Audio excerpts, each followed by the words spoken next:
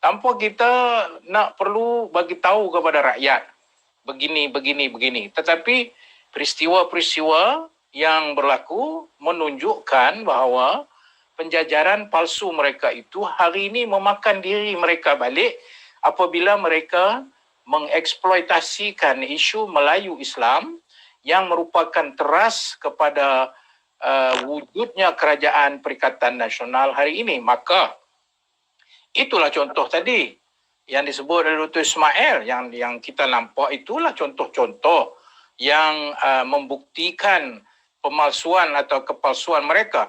Contohnya saya kata ya, kalau kita bercakap tentang judi, kita tahu judi ini satu yang diharamkan oleh syariat, dan dalam konteks masyarakat pun ia adalah sesuatu yang merosakkan kedamaian hubungan rumah tangga dan juga kesejahteraan masyarakat. Semasa kita menjadi kerajaan, kita amat sedar isu ini dan kita sangat lantang sebelum itu menegur dasar-dasar judi yang merupakan satu sumber pendapatan besar kepada negara. Antaranya ialah cabutan khas. Di mana cabutan khas ini, untuk pengetahuan tuan-tuan sekalian, adalah satu cash cow bagi kerajaan sebenarnya. Lubuk duit sebenarnya, kerana hasil daripada special draw ini diberikan kesemuanya kepada kerajaan. Dengan kata lain, ini cara quick money kerajaan nak ambil daripada perjudian ini. Bila kita jadi kerajaan, kita telah mengurangkan daripada 22 kali kepada 8 kali. Ini menandakan kita nak mengurangkan orang kata kita nak bergantung kepada cash cow yang sebegini rupa. Tetapi malangnya hari ini kerajaan Melayu Islam yang tonggaknya itu adalah kononnya nak membela Islam, hari ini sudah naik 22 kali. Balik-balik asal. Ya. Dan apabila kita melihat kenapa ini berlaku, maka kita boleh memahami mereka tidak ada idea. Bahkan mereka memperjudikan rakyat supaya dalam suasana sukar hari ini, kerajaan perlu duit. Tetapi mereka lupa, mereka mendapat duit itu di atas kos kehancuran masyarakat yang khususnya di dalam suasana COVID ini sudah tentulah akan terpedaya dan tergoda dengan mereka memerlukan quick money. Dan caranya ialah berjudi. Apatah lagi hari ini saya namakan sebagai naturalisasi perjudian, ya, dengan naturalisasi perjudian, mana seolah-olah judi ini dengan iklan-iklan rayanya dan sebagainya dijadikan perkara biasa.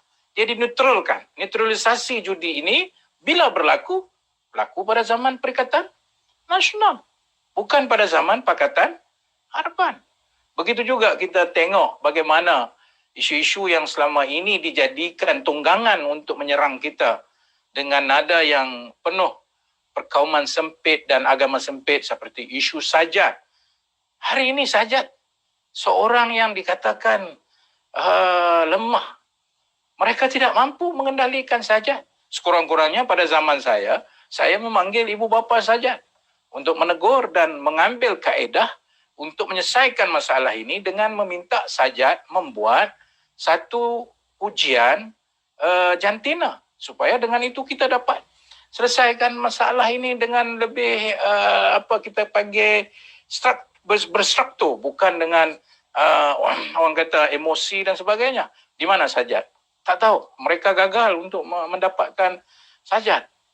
Begitu juga isu kes Adib yang mereka menuduh kita kononnya membiarkan seorang Muslim itu terbunuh dan sebagainya. Tidak ada pembelaan hari ini. Mereka yang bercakap berdegar-degar di parlimen, itulah kerajaan hari ini. Kenapa mereka tidak ambil tindakan?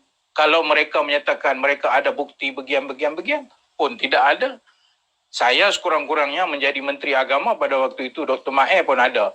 Kita nak meringankan penderitaan bapa, ibu dan bapa dia, kita pergi bagi laluan untuk dia melakukan ibadah haji pada tahun 2019 dengan kita memberi laluan, dan kebetulan dia pun sudah cukup dia punya apa kita panggil kewangan untuk melakukan haji. Sekurang-kurangnya itu kami lakukan bagi meredakan keadaan penderitaan yang dialami oleh ibu bapanya. Mereka buat apa? Begitu juga dengan isu hari ini kita tengok tentang bagaimana isu-isu kalimah Allah, isu RUU 355. Tak usah bercakap tentang RUU 355. Akta Profesion Guaman yang kita dah luluskan di Parlimen setelah berpuluh tahun kerajaan sebelumnya gagal meluluskan pun tidak diikuti dan dibuat dia punya pelaksanaan hingga kepada saat ini. Kegagalan apa ini semua? Inilah yang kita katakan. Kalau itulah penjajaran yang dikehendaki oleh rakyat Malaysia, ia adalah penjajaran yang gagal. Ia adalah penjajaran yang fitnah, penjajaran yang penipu, yang langsung tidak memberi faedah pun kepada Melayu dan Islam. Nah, inilah yang saya maksudkan. Tadi cerita pasal Menteri Agama bagi saya itu hanyalah fenomena-fenomena yang Allah tunjukkan sejauh manakah ketelusan. Dan saya bila bercakap tentang isu Menteri Agama sekarang, ramai yang menyatakan saya ni dengkilah kononnya. Oh, dulu dia tak dapat, dia katalah lagu ni. Sebenarnya tidak, Doktor. Saya melihat pada sisi dan kacamata integriti. Dia nak dapat naik jet apa pun, Alhamdulillah, syukur pada Allah. Kerana Saudi iktiraf dia, kerana mereka suka kat dia, ya silakan. Mungkin dulu mereka tak suka kat saya, mereka tak bagi itu. Wallahualam. Tapi yang saya tahu, integriti yang kita pegang, satu, kalau pergi luar negara, mesti ikut prosedur. Yang boleh ikut kita hanyalah seorang pegawai saja, dan kalau agensi yang melibatkan, contohnya tabung haji, maka hanya pegawai tabung haji yang terlibat sahaja yang akan menyusul.